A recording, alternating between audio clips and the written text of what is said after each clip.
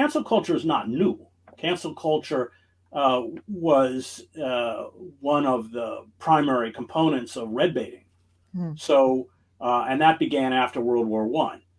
So you went after progressives, socialists, and communists, but they didn't have to be communist. Anybody with a social conscience, artists, Paul Robeson was hounded throughout his life, passport taken from him, all sorts of writers, including in Hollywood, Dalton Trumbo, Orson Welles left the country, Charlie Chaplin left the country, great journalists like I.F. Stone, Henry Wallace, 1948, the last candidate, with maybe the exception of McGovern, who challenged the military-industrial complex, was destroyed.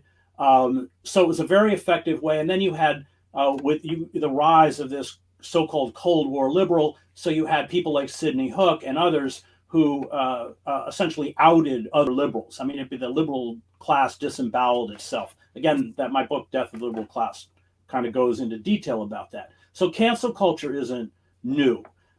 Cancel culture is a very effective way to demonize other people and shut down voices. What happens in a society that doesn't work, like ours, is that you have a segment of the society that essentially seeks their moral purity, their moral self-justification, by shutting down voices that they considered, to be politically incorrect, or they don't use the proper politesse, or they don't embrace the kind of mainstream ideas of the liberal elite. You see this with second wave feminists who've been, because they draw this line between trans people and women. I'm not going to get into that debate, but I mentioned Vancouver Rape Relief and Women's Shelter. It's in the piece. They have been victims of cancel culture. You see that was actually, to pause there, that was a shocking part of the piece, that the cancel culture basically destroyed this place, so that women who had been abused didn't have a safe place to go. The people who are canceling don't think about the outcome of the oppressed, that they are further oppressing. Right, because it's a boutique kind of activism. So you saw Don McNeil at the New York Times, who I know and work with.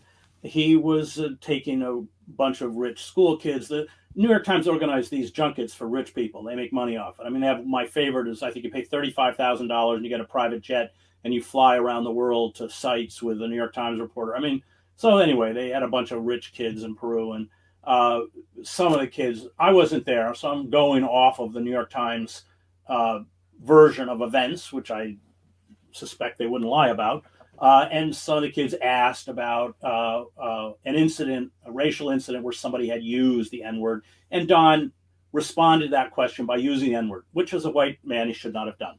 But that's not a reason to fire him. And Dean Baquet, who's African-American, investigated and reprimanded him, and that was it. But then you had 150 staff members of the New York Times write a letter to management. And Don, by the way, was one of the forefronts of the Guild, of the union, protecting workers' rights throughout his career, and at moments, often at the risk of his own career, demanding that he be removed from the paper. So the people that he defended demanded that he be removed from the paper. Yeah, that happens to everybody. Right. So that's a classic example of but at the same time, the New York Times is not confronting the real centers of power. Amazon, Bezos, the big banks, the corporations on whom they depend for advertising, that institutionally are, of course, far more insidious in terms of racism and the perpetuation of white supremacy, but also in terms of their responsibility for the destruction of American democracy. So you get to kind of live in an institution like the New York Times, which is complicit, which slogged Russiagate, sold us the Iraq War, just did this racist podcast called The Caliphate, which was based on testimony by a guy who wasn't there. It was a complete hoax. It was a complete fraud, but it played to all the stereotypes of Muslims, so people ate it up. It was just, these graphic descriptions. I mean, I spent 7 years in the Middle East. I smelled a rat from the moment it went up. But, he was describing crucifying people and thrusting knives into their hearts and all this kind of stuff. But there's no kind of there's nothing self-critical about it. And that's because the press Matt Taibbi's written about this, has just siloed itself. So, in the Pew Center for Research did polls where I think it's 91% of the readers of the New York Times self-identify as members of the Democratic Party. That's 94% for MSNBC, 87% for NPR, and the inverse is true for Fox. I think it's 95% identify as the Republican. But then you're feeding people's prejudices and proclivities and opinions back to them in constantly more hyped and exaggerated forms, and that essentially are creating a divide by which the country can no longer communicate because there's no common language. There's no common definition of reality. I mean, this is why the Truth and Reconciliation Commission in South Africa was so important, because it established a reality. I mean, they gave the white torturers and killers of the apartheid regime immunity to testify, but there was a brilliance in that because it gave the country a common history, a verifiable history, one based in fact and reality, by which they could begin to rebuild their own country and their own narrative.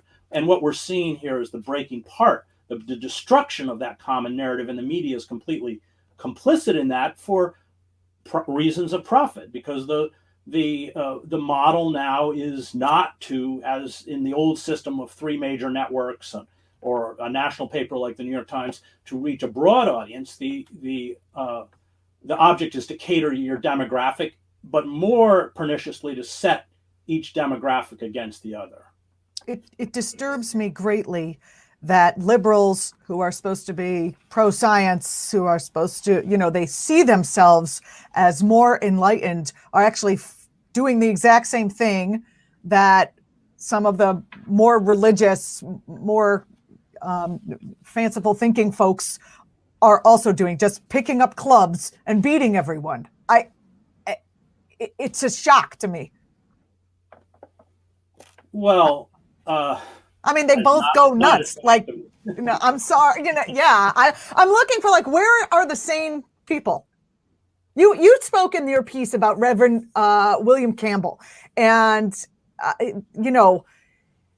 tell folks about who he was and why a figure like him would be basically crucified in the court of public opinion today.